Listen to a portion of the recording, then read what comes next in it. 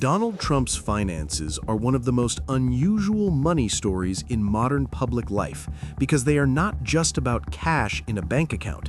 They are about buildings, golf clubs, licensing deals, stock market swings, brand power, lawsuits, debt, and lately, even crypto. And that is exactly why this story matters.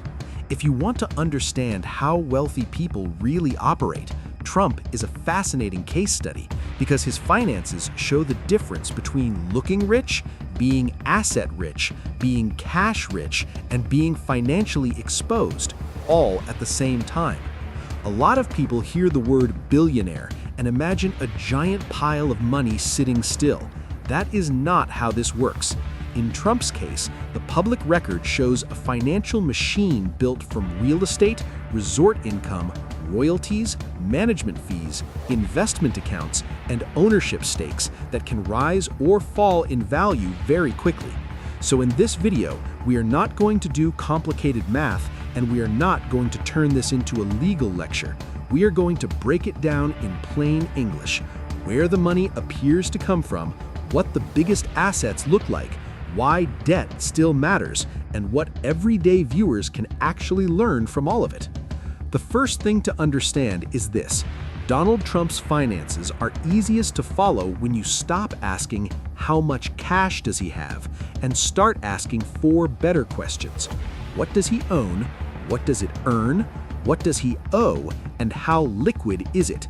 Those four questions tell you much more than one dramatic net worth headline ever could.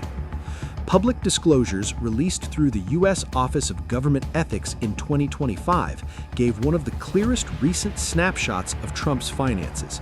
Reporting on that filing said it showed more than $600 million in income from crypto, golf clubs, licensing, and other ventures, and Reuters said the listed assets added up to at least around $1.6 billion, using the lower end of the ranges on the form. That at least part matters because many assets were simply listed as worth over $50 million, which means the real total could be much higher. In other words, even the official public picture is only a partial window, not a perfectly exact scoreboard. Now let's start with the backbone of the whole story: real estate and resorts. For decades, Trump's public identity has been tied to physical property. Towers, clubs, hotels, golf courses, branded buildings. This is the core of the empire. And the disclosure shows that whatever people think politically, those properties still matter financially. Mar-a-Lago in Palm Beach was listed with resort-related revenue of a little over $50 million. Jupiter Golf Club showed more than $28 million in golf-related revenue. Trump International Golf Club in West Palm Beach showed just over $29 million. Bedminster's Lamington Farm Club showed more than $33 million. And the Miami property tied to Trump National Doral was one of the biggest revenue engines on the form, with more than $110 million in golf and hotel-related revenue. So one easy lesson jumps out immediately. The Trump money story is still heavily tied to physical places that generate recurring operating revenue. That matters because recurring revenue is usually more powerful than one-time attention. A flashy headline can come and go, but a property that keeps bringing in membership fees, events, room revenue, food and beverage sales, and related spending can remain valuable year after year. This is one reason wealthy real estate owners often focus less on single transactions and more on assets that can keep collecting cash flow. Trump's disclosure reflects that logic very clearly. Even in a media environment obsessed with his public image, a large part of the financial story still comes back to clubs and properties. But here is where the story gets more interesting. Trump's finances are not only about owning hard assets, they are also about monetizing a personal brand. And this is one of the most important ideas in modern finance. A strong brand can act almost like an asset class of its own. In Trump's case, the name itself has been turned into royalties, licensing deals, publishing income, and merchandise revenue. The 2025 disclosure listed royalty income from Save America at $3 million, the the Greenwood Bible at a little over 1.3 million, Trump watches at 2.8 million, Trump sneakers and fragrances at 2.5 million, 45 guitar at a little over 1 million, and letters to Trump at $250,000. The filing also listed more than $1 million in licensing fees from NFT INT, along with an Ethereum wallet valued between $1 million and $5 million. This is a very different business model from traditional real estate. When you license a brand, you do not always need to put up the same kind of capital that a building requires. You are not necessarily pouring concrete, renovating rooms, or carrying the same operating overhead. Instead, you are renting out attention, identity, and market recognition. That is financially powerful because brand income can scale quickly when the audience is large and the identity is strong. In simple terms, Trump has not just tried to own things, he has also tried to own mindshare. And when mindshare is strong enough, it can be turned into revenue again and again. That is a huge lesson for viewers. Wealth is not created only by labor and not only by savings. It can also be created by ownership, intellectual property, distribution, and brand leverage. You do not need to copy Trump's style to understand the principle. The principle is that once your name, product, or reputation has commercial pull, income can start arriving from deals that do not look anything like a paycheck. Then there's the newer part of the story, crypto. This is where Trump's finances really show how quickly a public figure can plug into a new market when attention and branding line up. The disclosure listed World Liberty financial interests valued above $50 million, and it reported more than $57 million in token sale income. Whether someone loves crypto, hates crypto, or doesn't trust it at all, the personal finance lesson is obvious. Trump has repeatedly shown a willingness to enter businesses where attention can be converted into money faster than in slower, more traditional industries. Real estate can take years, branding can take months, digital assets can move even faster. And that speed cuts both ways. Fast money is often volatile money. That brings us to another major piece of the picture, Trump Media and Technology Group, the parent company of Truth Social. The 2025 disclosure listed 114.75 million shares of Trump Media stock, reported as worth over $50 million on the form, although outside estimates have varied dramatically depending on the stock price at the time. This is a perfect example of why paper wealth and spendable wealth are not the same thing. A large public stock stake can make someone look much richer on paper, but that value can swing wildly from one month to the next. If the stock rises, the owner looks dramatically richer. If it falls, a huge amount of paper wealth can disappear just as fast. So when people debate Trump's net worth, they are often really debating valuation. How much are the real estate assets worth today? How much should the stock stake be worth? How liquid are those holdings? How much discount should be applied to private assets? That is why different outlets can produce very different estimates, while all still agreeing that he is extremely wealthy. The main takeaway is not the exact scoreboard. The main takeaway is that a meaningful part of Trump's wealth picture is tied to assets whose value is not perfectly stable. Now, let's talk about something many viewers ignore when they look at rich people: debt. One of the biggest mistakes in personal finance is assuming that a person with very valuable assets must also be low risk. Not true. Trump's public financial disclosures showed large mortgages tied to major properties, including over $50 million on Trump Tower, over $50 million on Trump National Doral, and over $50 million on 40 Wall Street. There were also other sizable mortgages listed on 7 Springs and 1125 South Ocean Boulevard. This is a reminder that wealthy people often use debt as a tool, not as a sign of failure. Used carefully, debt can help preserve cash, amplify returns, and control larger assets than cash alone would allow. Used badly, debt becomes a pressure point that makes every downturn more dangerous. Trump's long financial story has always involved leverage. That is one of the defining themes.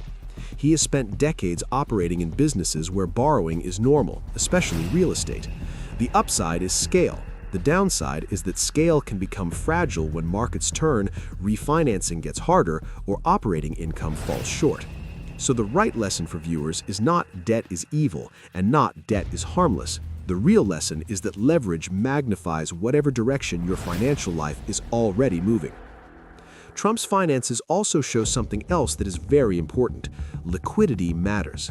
On paper, a trophy building may be worth a fortune, but you cannot pay every bill with a hotel lobby, a golf course, or a stock certificate that you do not want to sell today.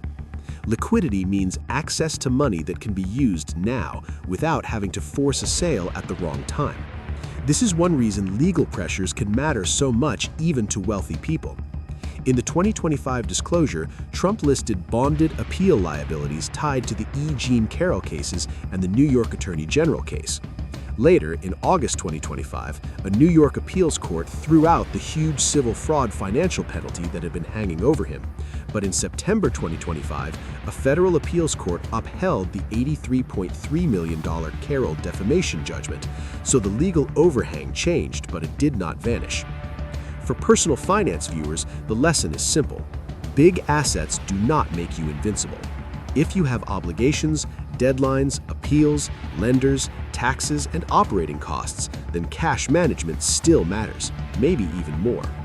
Wealth that is locked inside hard-to-sell assets can look powerful from a distance while still creating pressure behind the scenes.